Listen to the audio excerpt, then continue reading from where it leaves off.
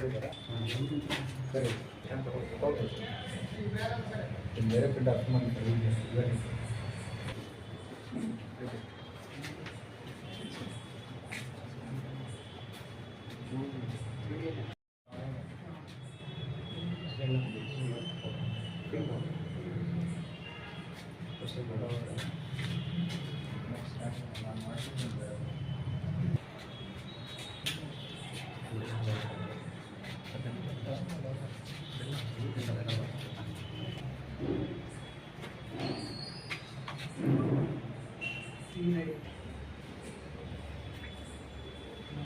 ಈಗಾಗಲೇ ನವಂಬರ್ 22 ಇಸ್ವಿ ಮತ್ತು ಜುಲೈ 23 ಇಸ್ವಿನಲ್ಲಿ ಈ ಲೋಕಸ್ಪಂದನ ಯೋಜನೆಗೆ ಸಂಬಂಧಪಟ್ಟಂಗೆ ಇಲಾಖೆಯಿಂದ 2 ಸುತ್ತೋಲೆಗಳು ಜಾರಿಯಾಗಿದ್ದಾವೆ.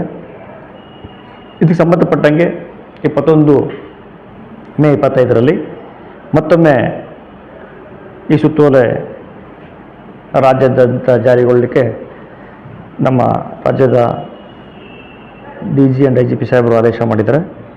ಅದರಂತೆ ನಮ್ಮ ಇಲಾಖೆದೇನು ಸಾರ್ವಜನಿಕರ ಭದ್ರತೆ ಮತ್ತು ಸುರಕ್ಷತೆ ಮುಖ್ಯ ಉದ್ದೇಶ ಆಗಿರೋದು, ಮತ್ತು ಸಾರ್ವಜನಿಕರ ಜೊತೆ ಉತ್ತಮ ಸಂಬಂಧ ಬೆಳೆಸಲಿಕ್ಕೆ ಅವರು ಯಾರೇ ಆಗಲಿ ಠಾಣೆಗೆ ಬಂದಾಗ ನಮ್ಮ ಅಧಿಕಾರಿ ಮತ್ತು ಸಿಬ್ಬಂದಿರ ಸ್ಪಂದನೆ ಹೇಗಿತ್ತು ಮತ್ತು ಇದರ ಉದ್ದೇಶ ಜನಸ್ನೇಹಿ ಪೊಲೀಸ್ ವ್ಯವಸ್ಥೆನ ಗಟ್ಟಿಗೊಳಿಸೋದು.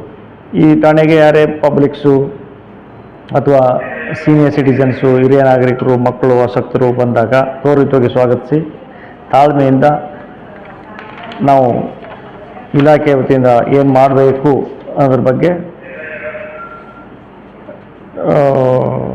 ಗಮನಹರಿಸಿ ಆ ಥರ ಕರ್ತವ್ಯ ವಹಿಸೋದು.